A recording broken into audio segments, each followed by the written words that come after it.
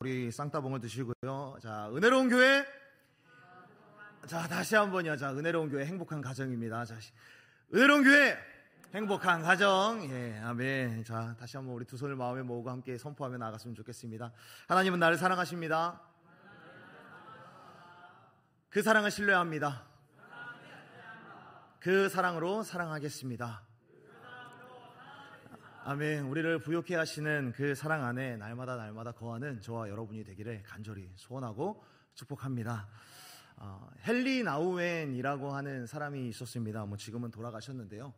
이분은 천주교 신부님이셨지만 수많은 크리스찬들에게도 영적인 어떤 통찰력과 깨달음을 주신, 많은 존경을 받던 어떤 영적인 어떤 지도자 중에 한 분이셨습니다. 이분이 돌아가시기 전에 상처 입은 치유자라고 하는 책을 쓰셨는데요. 이 책의 내용을 보면 이런 내용입니다. 사람들은 모두 인생 가운데서 수많은 상처와 아픔들을 경험을 하는데, 고난들을 경험을 하는데, 하나님은 이렇게 상처 입은 사람을 통하여서 오히려 사람을 치유하는 위로자로 사용하신다라는 그런 내용이 담겨져 있는 책입니다. 이분이 진리가 모호해져 가는 이 시대 속을 살아가고 있는 우리 청년들에게 한 가지 경고의 글을 남겼는데, 이런 문장이었습니다. 그들은, 우리 청년들에게 이야기를 하는 겁니다. 그들은 자기 자신에 대해 부정적인 예언을 하고 스스로 성취할 것이다 라는 그런 말을 남겼습니다. 이분은 우리 세대를 향하여서 이런 생각을 갖고 계셨습니다. 사람들은 자기 자신에 대하여서 끊임없이 부정적인 예언을 한다라고 이야기를 합니다. 그리고 자신에게 던진 이 부정적인 예언대로 행동하고 이 예언을 자기 스스로 성취할 것이다 라고 이야기를 하는 거죠. 예를 들어서 이런 겁니다. 우리가 주일 예배를 앞두고 있는데 토요일에 갑자기 불현듯 이런 생각이 드는 겁니다. 내가 지난주에도 예배를 드렸고 지지난주에도 예배를 드렸는데 별로 기대가 안 돼. 다 똑같더라 라고 우리들은 생각을 하는 거죠. 어차피 변화되지도 않을 텐데, 어차피 내일 가도 똑같을 텐데 나갈 필요가 있을까? 라고 말하고 있는 겁니다. 또 이제 우리가 6월이 되면 여름 수련회를 준비하게 될 텐데, 수련회를 앞두고도 스스로에게 이야기를 하는 겁니다. 내가 겨울 수련회도 가보고 지난 여름 수련회 때도 한번 가봤는데 별거 없더라. 시간이 지나면 다 똑같이 돌아오더라 라고 이야기를 하는 겁니다. 가령 어떤 청년들이 만약에 소개팅을 앞두고 있는데, 사람이 다 거기서 거기지, 내가 소개팅을 한두 번 나가보나 라고 자기 스스로에게 그런 이야기를 던지는 겁니다. 이런 말을 스스로 던지고 예배를 가고, 이런 말을 스스로 던지고 수련회를 가고, 이런 생각들을 스스로 하고 소개팅을 나가게 되면 그 부정적인 이야기대로 그 삶이 이루어지게 됩니다. 그리고 나서 집으로 돌아가서 이런 감상평을 날리게 되죠. 네, 그럴 줄 알았어. 특별한 것 없을 줄 알았어. 별로 다른 것 없잖아. 역시 내가 예상한 대로야. 역시 내가 생각했던 대로 그대로 이루어졌어 라고 이야기를 하는 겁니다. 무슨 일을 시작하기도 전에 기대하지 않으려고 하고, 기대하지 않은 이후에 오히려 자기가 스스로 그 부정적인 예언을 스스로 성취를 하고, 이런 현상에 대해서 내가 예상한 대로 내 말이 이루어졌다라고 이야기를 하면서 흡족해하는 그런 상황들이 우리 많은 이 시대를 살아가는 청년들에게서 일어난다라고 이야기를 하는 겁니다. 그러면서 이 헨리 나우엔이라고 하는 사람은 이러한 현상이 일어나는 이유에 대해서 이렇게 진단을 합니다. 우리 앞에 놓인 예배나 어떤 관계나 연애 등등 많은 일상 가운데서 우리들은 상처와 아픔을 경험했기 때문에, 그 상처와 아픔을 경험하고 학습할수록 계속해서 기대하지 않으려고 하고, 아픔을 겪었기 때문에, 상처를 겪었기 때문에, 그 일로 인하여서 내가 뜻하지 않은 고난을 겪었기 때문에 기대하지 않으려고 하고, 기대하지 않은 방향으로 계속해서 행동하기 때문에, 그렇게 기대하지 않은 방향으로 스스로 인생이 전개가 되면서 그들 스스로 그 인생을 부정적인 굴레 안에 가둘 수밖에 없다라고 이야기를 합니다. 이 시대의 청년들이 왜 이런 삶을 살아갈까라고 생각해 보았을 때, 그것은 인생 속에서 지금까지 경험했던 상처와 아픔들, 그리고 고통이 너무 커서 이것이 너무나도 학습되어 버려서 이미 내 삶을 결론 지어버리는 겁니다. 이미 내 미래를 결론 지어버리고 마는 그런 습성이 우리 가운데 자리 잡게 된다는 것이죠. 사랑하는 여러분, 하나님의 사람은 함부로 결론을 지어선 안 됩니다. 마침표를 찍어서는 안 됩니다. 교만이라는 것이 다른 것이 아닙니다. 바로 결론 내버리는 것이죠. 나는 원래 이래. 난 이렇게 태어났어. 난 이렇게 생겨 먹었어. 난 이렇기 때문에 당연히 이렇게 흘러갈 거야 라고 결론을 지어버리는 것. 하나님의 사람은 결코 결론을 내리지 않습니다. 왜냐하면 결론은 오직 하나님의 권한이기 때문입니다. 에스겔 37장에 보면 이런 내용이 기록이 되어 있습니다. 에스겔이라고 하는 사람에게 하나님께서 나타나셔서 그를 어떤 환상의 골짜기 가운데로 이끌어 가십니다. 그리고 거기에서 수많은 마른 뼈들을 보게 하십니다. 수많은 마른 뼈들을 보자마자 에스겔은 그것이 바로 자기의 민족이라는 것을 깨닫게 되죠. 하나님을 잃어버리고 영적인 부흥을 사모할 수조차 없는 그런 상태에 머문 이스라엘 백성들이 마른 뼈와 같이 되었다라는 것을 에스겔은 단번에 알아챘습니다. 기도하는 법도 잃어버리고 다시는 부흥을 꿈꿀 수도 없고 회복과 재건을 꿈꿀 수 없는 자신의 민족, 그 민족이라는 것을 깨닫게 되었는데, 그렇게 깨달은 에스겔에 대하여서 하나님께서 말씀합니다. 이 뼈들이 능히 살겠느냐라고 하나님께서 여쭤보십니다. 에스겔은 바보가 아니죠. 제사장 가문의 수많은 엘리트 교육들을 다 받은 사람이고 그에 맞는 식견과 지혜가 있는 사람이었습니다. 마른 뼈들을 보자마자 당연히 그는 생각했을 것입니다. 이것은 결코 살아갈 수 없다, 살아날 수 없다 라고 생각이 들었을 것입니다. 그런데 이렇게 부정적인 예언으로 가야 하는데 그때 에스겔은 그의 입술을 지키게 됩니다.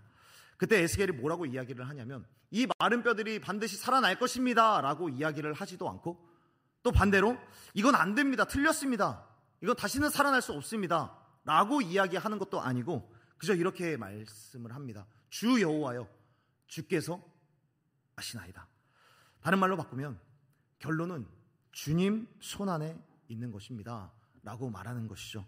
우리는 우리의 인생에 대하여서 힘들다라고 말하고 어려운 공경 가운데 있고 앞이 보이지 않는 시간 속에서 막연한 그런 시간들을 걸어가고 있다는 느낌을 수없이 경험할 수 있습니다. 반복되는 아픔과 실패를 경험하니까 그래서 내일에 대한 기대감이나 소망이나 감사의 고백이나 선포를 할 수 없을 만큼 우리들은 어려울 그런 시간이 있습니다.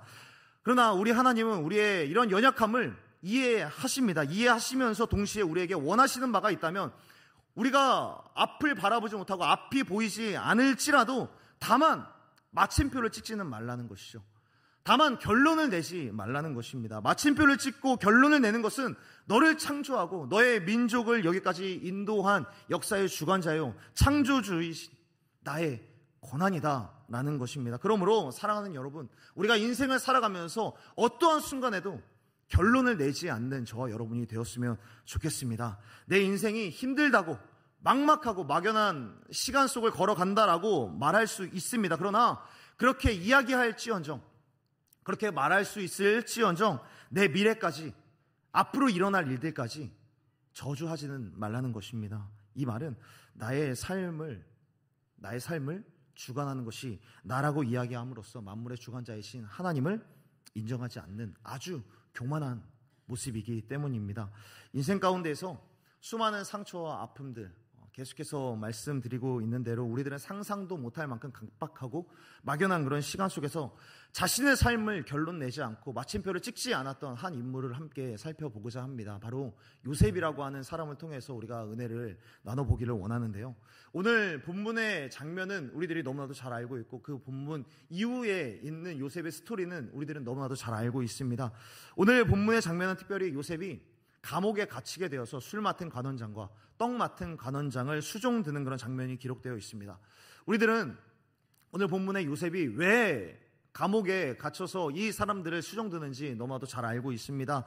무고한 상태로 누명을 씌워서 억울한 상황 가운데 놓여있는 요셉이라는 것도 우리들은 너무 잘 알고 있을 겁니다. 보디발의 아내가 요셉이 섬기고 있는 그 집의 주인인 보디발이라고 하는 그 사람의 아내가 요셉을 꼬시려고 했죠. 교태를 부렸든 눈짓을 했든 자신의 미인계를 이용해서 꼬시려고 했지만 요셉은 넘어가지 않았습니다. 자신의 어떤 미인계가 통하지 않자 요셉을 고발하기에 이릅니다. 그 자리에서 소리를 지르죠. 요셉이 지금 나를 겁탈하려고 했다라고 큰 소리로 외칩니다. 이때에 보디발은 불같이 화를 내면서 요셉을 감옥에 가두었을 것입니다. 요셉이 감옥에 갇히게 된 경위가 이렇습니다. 보디발이 요셉을 감옥에 넣었습니다. 여러분은 이 본문, 이 배경을 딱 들었을 때 어떤 생각을 하십니까? 요셉이 감옥에 갇힐만 하다라고 생각을 하십니까? 요셉이 감옥에 갇힐만 하다고 생각하세요? 감옥에 갇힌 게 어쩌면 조금 물렁한 형벌이라고 생각하시지는 않으십니까? 물렁한 형벌이요. 보디발의 아내의 말에 의하면 지금 요셉은 성범죄를 저지른 범죄자입니다. 그것도 자기 주인의 아내를 겁탈하려다가 실패한 그런 파렴치한 범죄자입니다. 보디발의 입장에서는 자기 집에서 일하는 종이 자신의 하나밖에 없는 아내를 겁탈하려고 한 겁니다. 아내를 희롱하고 동침하고자 했던 요셉입니다. 그래서 감옥에 가둬요. 여러분, 이 상황에 대해서 어떻게 생각하세요? 합리적인 형벌이라고 생각을 하십니까? 공정한 재판이 맞습니까? 이 일이 진실이라면, 보디발의 아내가 한 말이 진실이라면 감옥에 투옥하는 것, 정말 그것으로 끝나면 되는 일일까요? 당시 중동이나 어떤 아프리카 문화, 아니 고대 근동 지방에서 이런 일이 일어나면 즉시 사형을 시킬 수 있습니다. 즉시 그 자리에서 어떤 적법한 절차 그런 것들은 필요 없습니다. 종은 말 그대로 주인의 소유이기 때문입니다. 그렇기 때문에 당장에 죽이거나 잔혹한 고문 뒤에 죽이고 버릴 수 있었습니다. 그런데 보디발은 어떻게 합니까? 요셉을 죽이지 않습니다. 그죠? 감옥에 보내는 것으로 끝냅니다.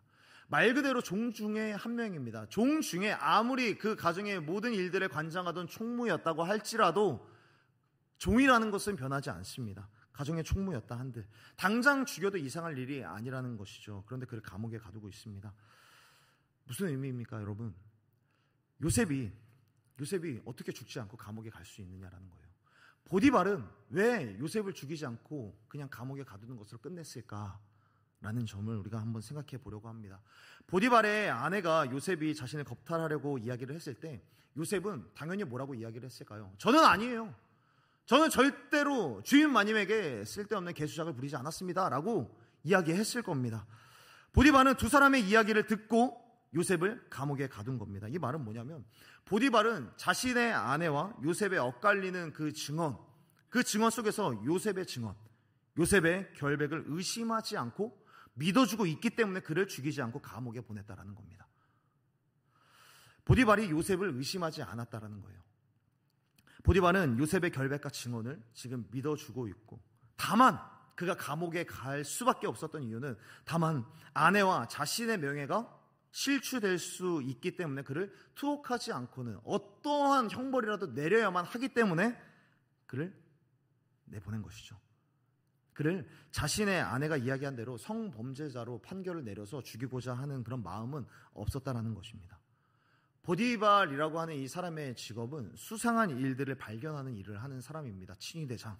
추정한 건데 그는 아내가 어떤 사람인지도 충분히 파악하고 있었을 겁니다. 또 반대로 요셉이 어떤 사람인지도 충분히 파악하고 있었을 것입니다. 아내와 요셉이 엇갈리는 그 증언 속에서 요셉에 대한 신뢰를 거두지 않고 특별히 하나님의 가호를 받았던 것을 분명히 기억했을 것입니다. 이것은 평소 요셉이 보디발에게 보여주었던 신뢰할 만한 행동, 그리고 하나님의 보호하심이 요셉 위에 있다라는 것을 보디발은 충분히 알 수 있었다라는 것입니다. 특별히 이렇게 요셉을 신뢰할 만한 사람이다라고 여겼던 정황은 4절에서 더 드러나게 됩니다. 4절에 보면 우리 4절의 말씀 우리 다 함께 읽어보도록 할까요? 4절의 말씀입니다. 다 함께 읽겠습니다. 시작. 친위대장이 요셉에게 그들을 수종들게 하매 요셉이 그들을 섬겼더라. 그들이 갇힌 지 여러 날이라. 아멘. 보디발이 요셉에게 명령해서 바로의 두 신하를 수종들게 합니다. 수종들게 만드는 그 신하들은 어떤 신하들이죠? 오늘 본문에 보면은 왕의 떡을 담당했었던 떡관원과 술을 담당하는 술관원이었다라고 말씀하고 있습니다. 지금 이 사람들은 지금으로 치면 비서실 직원과도 같습니다. 이 당시에는 왕에 대한 독살이 굉장히 많았던 시기였기 때문에, 그리고 이 왕에 대한 독살이 어떻게 드러나냐면 왕이 먹는 음식으로 많이 치러졌습니다. 그래서 왕이 먹는 음식에 어떤 독이 들어가 있지는 않는지, 문제가 없는지, 신선한지, 퀄리티는 어떤지 날마다 꼼꼼하게 체크하는 게 비서실의 역할이었던 것이죠. 그리고 이거는 조금 중요한 문제가 아니라 굉장히 중대한 사안이었습니다. 그런데 만약에 왕이 음식을 먹고 죽었다면 술이나 음식으로 인해 왕이 죽었다면 그들은 즉시 사형을 당했겠지만 지금 그들은 감옥에 있습니다. 이 말은 그들이 관리하던 어떤 음식으로 인하여서, 술로 인하여서 왕의 건강 상태에 무언가 문제가 생긴 것만큼은 확실합니다. 어떤 질병에 걸렸을 확률이 높은 것이지 그것으로 인하여서 죽음의 어떤 생명의 위협은 없었다라는 것이죠. 애굽의 문헌들을 보면 애굽의 왕조에 이런 사건이 있었는데 지금으로 따지면 어떤 장염이나 어떤 탈 그런 것이 나면 일단 술 관원과 떡 관원은 일단 감옥에 들어간다라는 그런 자료들이 있습니다. 그리고 왕이 낫게 되면 오늘 말씀에 보면 3일 뒤에 이들이 복직이 되는데 왕이 낫고 나면 누가 잘못했는지를 가려서 왕이 건강한 상태에서 판결을 내리곤 했다라는 거죠. 요약하자면 이들은 비서실 직원인데 지금 보디발 친위대장의 집에 있는 어떤 정치범들만 모이게 되는 정치범 수용소에 들어간 것입니다. 그렇지만 구속 상태이기는 하지만 판결이 확정된 것은 아니라는 겁니다. 그러니까 보디발은 이 친위대장인 보디발은 이 상황에서 굉장히 중요한 선택을 해야만 합니다. 정치적인 선택을 해야 돼요. 이 두 사람 모두를 감옥에 가뒀다고 해서 둘 다 서운하게 해서는 안 됩니다. 바로 복직될 수도 있으니까요. 그리고 이들을 너무 선대해도 안 됩니다. 진짜 독살에 앙심을 품고 왕을 죽일 수도 있으니까요. 그러니까 같은 청와대에서 경호실과 비서실 사이에서 지금 갈등이 일어나는 겁니다. 이 사람들이 대역죄인이 될 수도 있는데 자기가 나서서 쓸데없이 잘해줬다가 정말 대역죄인으로 판결이 나버리면 보디발 자기도 위험을 무릅쓸 수밖에 없는 상황이고 너무 죄수들처럼 이 두 사람을 홀대해버리면 나중에 사면되어서 복직될 경우에 비서실에서 이 경호실을 친위대장을 일을 갈 수 있으니까 이들을 어떻게 대하느냐 이 문제는 보디발에게 있어서 굉장히 신경 쓰일 만한 그런 문제였다라는 것입니다. 이때 생각해낸 묘책이 바로 보디발이 누구를 보냅니까? 이들에게 요셉을 보내는 겁니다. 자기가 생각할 때 가장 일을 잘할 것 같은 지금 이렇게 선대해도 안 되고 또 홀대해도 안 되는 그런 미묘한 그런 갈등의 상황에서 누가 제일 일을 지혜롭게 잘 처리할까? 그 문제에 대해서 요셉을 이들에게 맡기는 것입니다. 지금 이 장면을 정리해 보자면 지금 보디발은 요셉을 감옥에 보냈지만 보디발이 가장 신뢰할 만한 사람이 요셉이었다라는 것을 보여주는 것이죠. 요셉의 증언을 믿어주는 정도가 아닙니다. 저는 당신의 아내를 겁탈하는 그런 사람이 아닙니다. 이 증언을 믿어주는 정도가 아니라 보디발 수중에 있는 그 사람들 중에서 가장 신뢰할 만한 사람이라는 것을 보여주고 있는 겁니다. 39장 21절 이하에도 우리가 읽진 않았지만 요셉은 감옥에 그냥 있었던 것이 아니라 죄수들의 방 배치라든지 음식 배분이라든지 또 감옥에서 이루어지는 온갖 행정에 대하여서 총괄을 맡았다라고 기록하고 있습니다. 22절에 보면 간수장이 옥중 죄수를 다 요셉의 손에 맡김으로 그 재반 사물을 요셉이 처리했다라고 기록하고 있습니다. 죄수들의 재반 업무 곧 죄수들의 총지배인 역할을 맡게 되었는데 비록 간수장이 맡겼다고는 했지만 이것이 보디발의 허가 없이는 가능하지 않은 일입니다. 결국 요셉이 보디발에게 얼마나 많은 신뢰를 받고 있는지에 대하여서 볼 수 있는 겁니다. 요셉이 신뢰를 얻고 있다라는 이 말은 어떤 것을 보여주냐면 그가 자기 자신이 뱉은 말, 이 말의 증인으로서 신뢰할 만한 삶을 살아갔다라는 데 있습니다. 우리가 드라마나 어떤 영화에서 어떤 법정에서 일어나는 그런 장면 혹시나 본 적이 있으리라 생각을 해봅니다. 검사나 변호사가 상대편 진영을 공격을 할 때 어떻게 공격을 하냐면 그 사람의 삶을 건드립니다. 당신은 지난날 알코올 중독을 앓지 않았습니까? 당신은 지난날 가정폭력의 전과를 갖고 있지 않습니까? 라고 하는 공격을 하게 됩니다. 그 사람의 재판 내용이라든지 사건 내용과는 별개의 이야기로 그 사람에 대한 공격을 하는 그런 법정적인 장면을 우리들은 한 번쯤은 보았으리라고 생각을 합니다. 상대방의 증언이 그럴듯하면 그 메시지를, 그 사건, 그것을 공격하지 못하면 메시지를 공격하는 것이 아니라 메신저를 공격하게 되는 경우들이 있다라는 것이죠. 저 사람은 믿을 만한 사람이 아닙니다. 저 사람은 과거에 알코올 중독에 걸렸던 사람입니다. 그러니까 저 사람은 이 법정에 설 수도 없고 저 사람의 말은 신뢰할 수가 없습니다. 라고 이야기하게 된다라는 거죠. 증인이 법정에서 저는 이렇습니다라고 이야기하는 어떤 증언의 신뢰성은 어디에서 나타나냐면 평소의 삶에서 드러난다는 것이죠. 평소에 증인이 가지고 있었던 인생의 신뢰성에 그 증언의 신뢰성이 판별된다는 것입니다. 사랑하는 여러분, 보디발은 지금 요셉의 증언을 믿어주고 있고 보디발에게 있어서 요셉은 가장 신뢰할 만한 사람이었습니다. 그렇기 때문에 그를 죽이지 않고 감옥에 보내는 것이고, 그렇기 때문에 그 중요한 두 사람 왕의 신하를 수종들게 만들고 있는 겁니다. 사랑하는 여러분, 우리는 요셉의 스토리에 대해서 너무나도 잘 알고 있습니다. 요셉이 감옥에 갔지만 감옥에서도 감옥의 관리 역할들을 하지만 그러다가 총리가 되고 소위 형통하게 된 인생을 살아갈 수 있었던 그 이유, 물론 오늘 본문에서 보디발의 어떤 은혜, 또 보디발의 지분도 존재할지 모릅니다. 보디발이 그를 살려주었고 그에게 은혜를 베푼 것은 맞습니다. 그런데 우리들이 또 한 가지 놓치지 말아야 할 것이 무엇이냐면, 우리는 39장 21절과 23절의 말씀을 놓쳐서는 안 됩니다. 21절과 23절에서는 이런 문구가 기록되어 있습니다. 여호와께서 요셉과 함께 하시고, 여호와께서 요셉과 함께 하시고 그에게 인자를 더하사, 여호와께서 요셉과 함께 하심이라, 여호와께서 그를 범사에 형통하게 하셨더라. 여호와께서 요셉과 함께 하셔서 감옥에서도 살아가게끔 하셨다라는 것입니다. 그렇다면 여러분, 하나님께서는 요셉과 함께 하셨는데 요셉을 왜 감옥 가운데 살게 하셨던 걸까요? 요셉과 함께 하셨다라고 한다면 왜 굳이 감옥으로 보내셨냐라는 것이죠. 왜 굳이 요셉을 감옥으로 보내셔서 죄수들의 재반 업무를 보게 만들고 두 신하의 수종을 들게 하신 걸까요? 사실 여호와께서 함께 하신다라고 한다면 정말 더 안전하게 보디발의 집에서 총무의 역할들을 잘 감당하면서 안전하게 평탄하게, 아니 그 이전에 아예 팔려오는 것도 되지 않고 그저 아버지 아래에서 채색 옷을 입고 막내 도련님으로 잘 살 수 있었는데 왜 굳이 이렇게 만드셨을까요? 왜 이렇게 감옥으로까지 내려앉히신 것일까요? 그 이유는 하나님이 사용하시기 위해라고 45장에서 우리들은 확인할 수 있습니다. 하나님이 쓰시기 위해 이곳으로 계속해서 보내시고 몰고 가셨다라는 것입니다. 지금 요셉이 머물고 있는 감옥, 아까 전에도 말씀드렸다시피 정치범들이 갇혀있는 정치범 수용소입니다. 술 맡은 간원장과 그리고 얼마 후에 복직되어 왕의 곁으로 가는 그런 사람들이 잠깐 모여 있는 곳, 그곳이 바로 친위대장 보디발의 집 아래 있는 감옥입니다. 이 감옥에서 요셉이 한 일은 무엇입니까? 죄수들의 방을 분배하고 죄수들의 신변을 관리하고 감독을 해내는 일이었습니다. 앞으로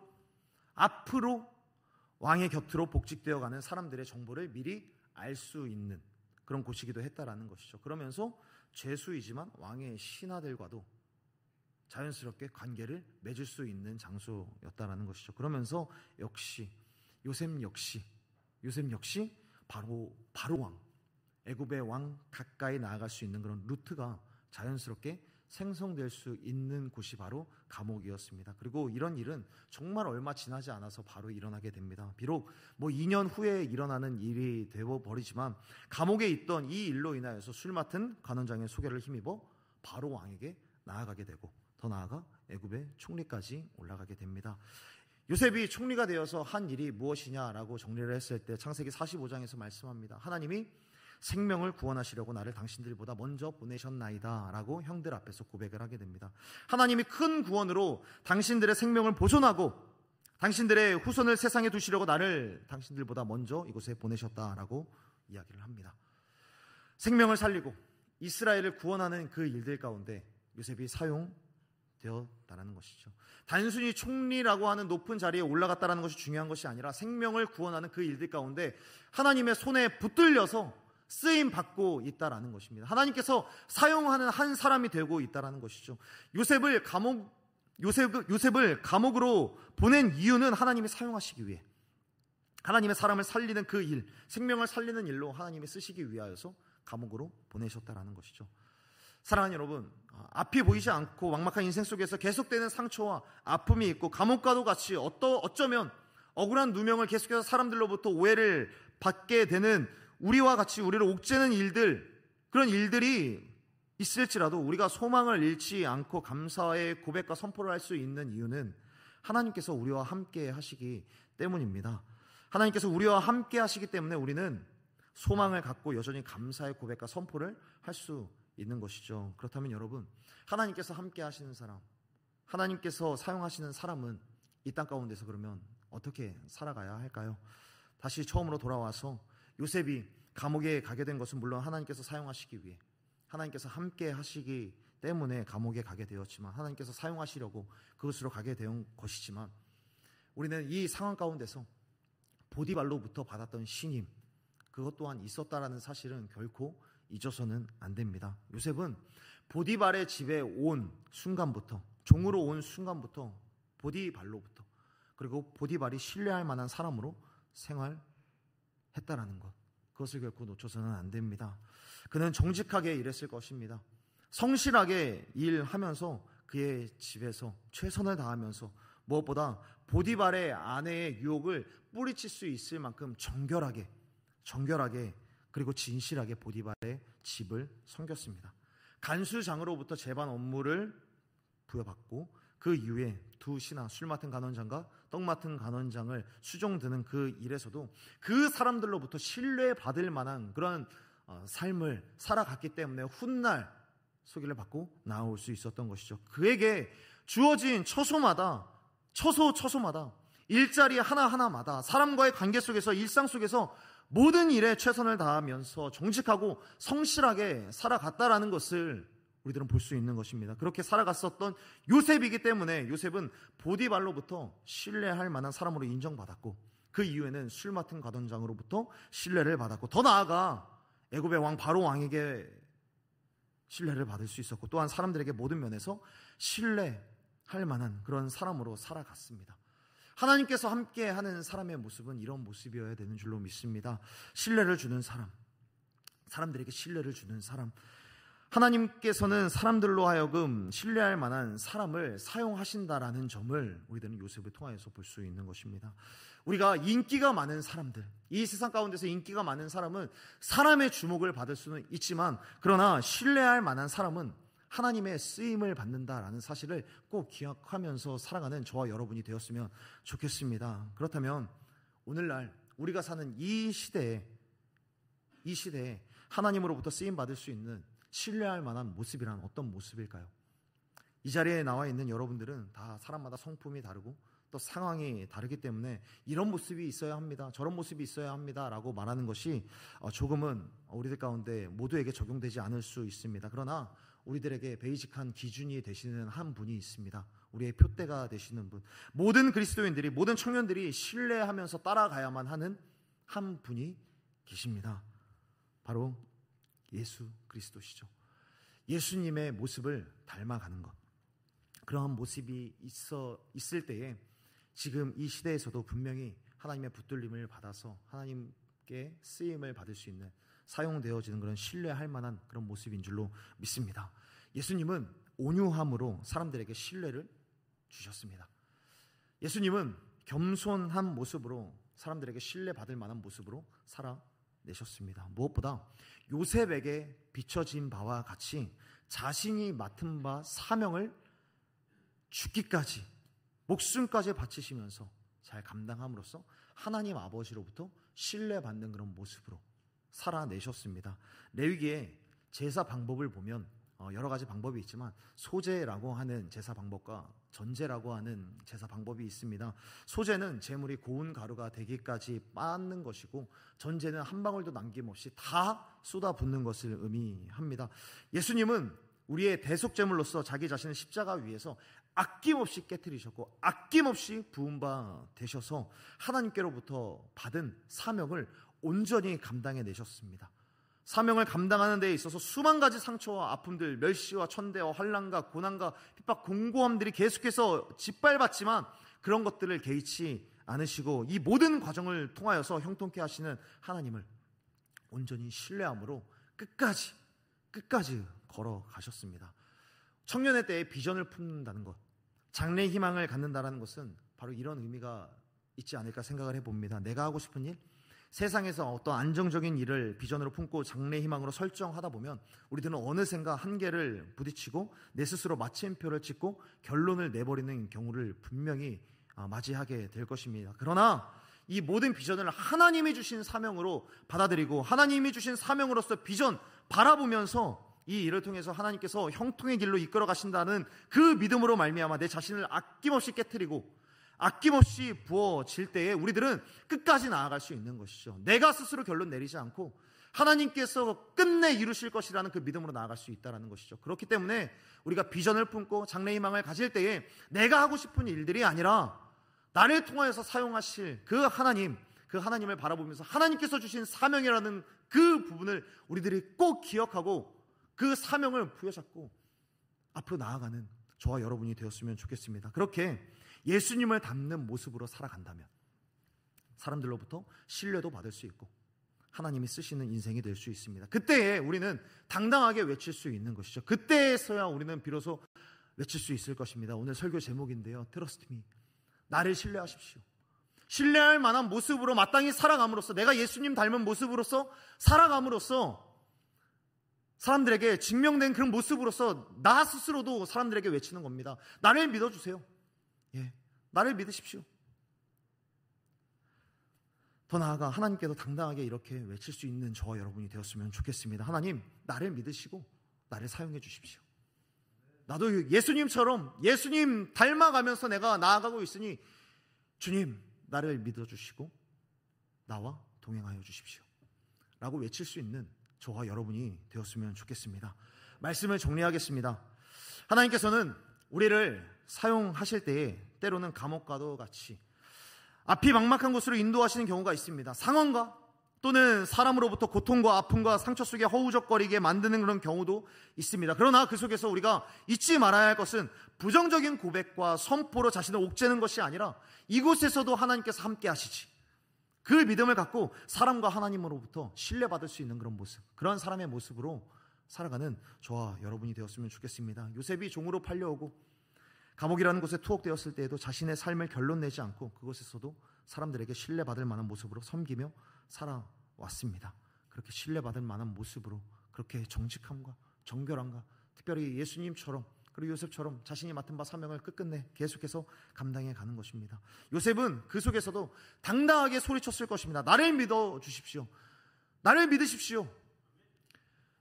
보디발의 아내와 자신의 증언이 엇갈릴 때에도 저를 믿어 주십시오. 저는 그런 일을 하는 사람이 아닙니다. 당당하게 외쳤었던 그 요셉의 모습을 우리도 닮아갔으면 좋겠습니다. 예수님께서도 세상 가운데서 늘 말씀하셨습니다. 나를 따르라. 너희들은 나를 믿어라. 나를 따르고 십자가를 지고 나를 따라라. 당당하게 외치셨습니다. 바울 역시 사람들에게 이야기를 합니다. 너희들은 나를 본받아라. 너희들은 내가 얼마나 믿음이 충만한지, 주님으로부터 얼마나 많은 신뢰를 받는 사람인지 나를 본받아라. 나만큼만 해. 자신 있게 자신을 어필하고 자신을 신뢰할 것을 이야기를 합니다. 이제는 저와 여러분의 차례입니다. 여러분들은 세상 가운데서 그리고 하나님께 어떻게 외치실 것입니까? 하나님, 저는 늘 부족합니다. 저는 할 수 없습니다. 언제까지 그렇게만 말씀할 것입니까? 하나님, 이제는 나를 믿고 사용해 주십시오. 하나님, 나를 써주십시오. 어떤 상황 속에서도 나는 결론 내지 않고 마침표 찍지 않고 하나님께서 끝내실 그 지점을 향하여서 최선을 다하여서 하나님께서 주신 사명 바라보고 내가 그것을 완수하기까지 내 목숨도 귀한 것으로 여기지 않고 내가 나아가겠습니다 라고 외칠 수 있는 저와 여러분이 되었으면 좋겠습니다. 그렇게 사람들에게도 하나님에게도 신뢰받을 만한 그런 모습으로 살아가서 하나님의 손에 붙들려 귀중하게 사용되고 그야말로 형통의 복을 받아 누리는 그런 저와 여러분, 우리 모든 청년들이 다 되기를 간절히 소원하고 축복합니다. 우리 이 시간에 함께 찬양하기 원합니다.